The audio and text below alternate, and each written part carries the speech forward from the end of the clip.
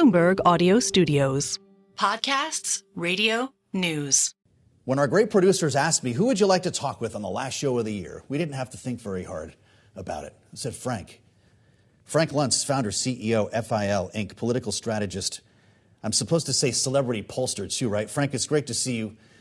I hope the holiday season is going well for you. Happy New Year in advance. With everything that I just said, is our nation more or less divided now than it was at the beginning of the year? Well, here's what's interesting. And you and I spent an afternoon in the freezing cold of Des Moines, Iowa. Oh. Your set was only 1 block from my hotel, and I almost didn't make it. And now we end the year still so angry, with half of America in disbelief and the other half celebrating, looking ahead to 2025 as being the best year ever. Are we divided? Yes. Are we polarized? Yes.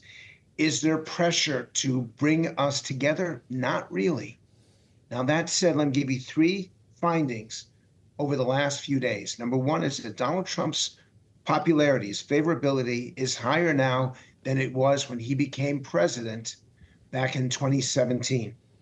Number 2, there are groups within the electorate, particularly Latinos, younger men, union members, who are considering voting Republican more so now than they ever have in modern times. And number 3, the Democrats are divided as to what to do, how to move forward. And the only advice I can give them as we end this year is this idea of being the resistance is not what America wants. Even those that did not vote for Donald Trump don't want resistance. What they want is an alternative vision, an alternative approach.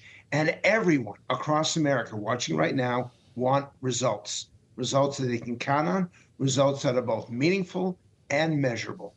That's what the American people are asking for.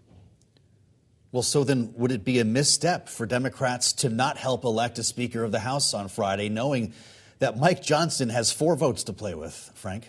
Well, Hakeem Jeffries is one of the best communicators in America today. And he has the ability to reach across the aisle. Whether he chooses to, the answer is probably no, because he has a different point of view than the Republicans. And it's not the job of the Democrats to help the Republicans.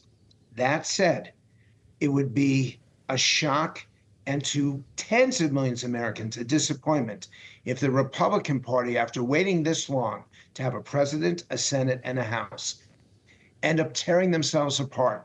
The American people want you to stand up for your convictions. They don't want you to give up on your beliefs, but they even more so want to get things done. On immigration, they want to solve the border.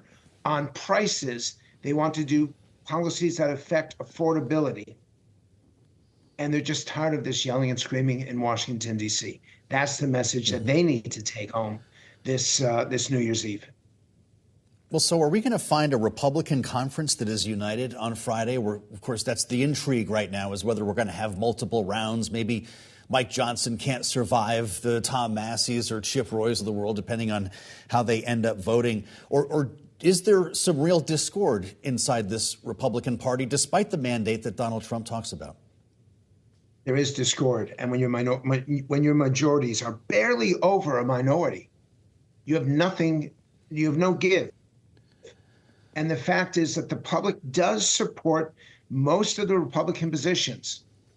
But mark my words, you can play this tape again, December 31st, 2025. If they do not solve the border issue, if they do not bring down and permanently address affordability, and if they continue to fight among each other rather than get stuff done, the public will punish them. On the reverse, or on the contrary, if they do solve these challenges, you can see a Republican majority for years to come. Producers are pulling that cut right now, Frank, to play back a year from now. When you consider what we're left with here at the end of this year, I can't talk to Frank Luntz without getting philosophical. I just walked through a couple of pretty wild stages that we all experienced in the world of politics this year. They included 2 attempted assassinations. Of course, a lot of arguing, Frank, and a lot of uncertainty as we went into this election. What is the electorate left with? How do we feel? Where are the bruises and the wounds that could be exposed in the new year? We have I'm going to just make everything worse. So if you want to be excited and optimistic, you need to, I don't want to tell anyone to turn off their TV or their radio, but this is not going to go well for you. We have a lower degree of trust and confidence in our institutions than at any time in 40 years. We do not believe we're being told the truth by the media, by journalists, by the politicians, and the various elites in America. And finally, we are of the belief that the country is seriously off on the wrong track, although those numbers have begun to change in the last 2 months. I've been doing this now for over 35 years and have not seen a time of more anger and division. But what concerns me the most is 2 data points. A third of America don't believe that they are invested in the future of the country, and 2/3 of America believe that their country is not invested in their own future. That is horrific. We need to address that, not just for right now, but for the long term, because in the end, our economic success depends on it. Our political, our democratic institutions depend on trust and confidence. We have to get to the truth, and we have to do so now, because we've done so much damage to our politics and to our faith and confidence in the future. It's time to turn that around. Well, let's talk about who's invested in America, because as we've discussed, Frank, you spent a lot of time at West Point, and you've conducted some fascinating conversations with the cadets there, focus groups that we can learn a lot from. You just had one recently that I had a chance to watch, and it was inspiring. And you asked the cadets in the room, tell me what you love about America. Here's a sample of what Frank heard. Tell me what you love about this country. The values, that we are a country built on values. We all here, officers and the cadets, swear an oath to the Constitution, that not to a president, not to a leader, and that the standard in America, because we're based on values, is set so high that we're striving towards more perfection. So you just mentioned the Constitution. This is the single greatest misconception I think Americans have, is that they don't realize that that's where your oath is. What does the Constitution mean to you? America. The Constitution means America because the Constitution is the very soul of America. That's what it is. When the Constitution and its ideas were first written over 200 years ago, it was an experiment. It was an idea. They didn't know it was going to work, just like with the Revolution. They had no idea if it was going to work or not, but they had the dream and they had the hope.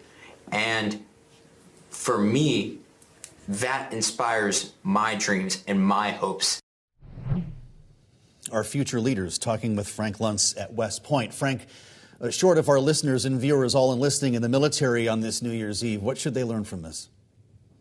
That there's a group of young people, and I swore I was not going to get emotional because it's the end of the year. I want you to have me back, but they inspire me, and they should inspire the country.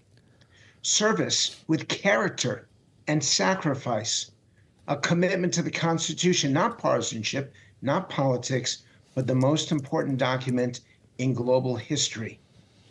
These cadets work harder, train harder, and make a greater effort for the country, and they do so because they love their country. And they will protect each other, and they protect us. Let me give you one phrase, the Army-Navy game. I wasn't too happy about the outcome this year, but this is the only game that is played where the people on the field commit to defend everyone in the stands and everyone watching. The people on the field will give their lives for the people watching. That's West Point. That is what makes America great. And thank God and God bless these cadets, because they are the best of America. That you can bring this to us, Frank. They are indeed. And this is why we wanted to talk with Frank Luntz on our final show of 2024. Founder, CEO, FIL. Frank, Happy New Year. It's great to spend some time with you as always.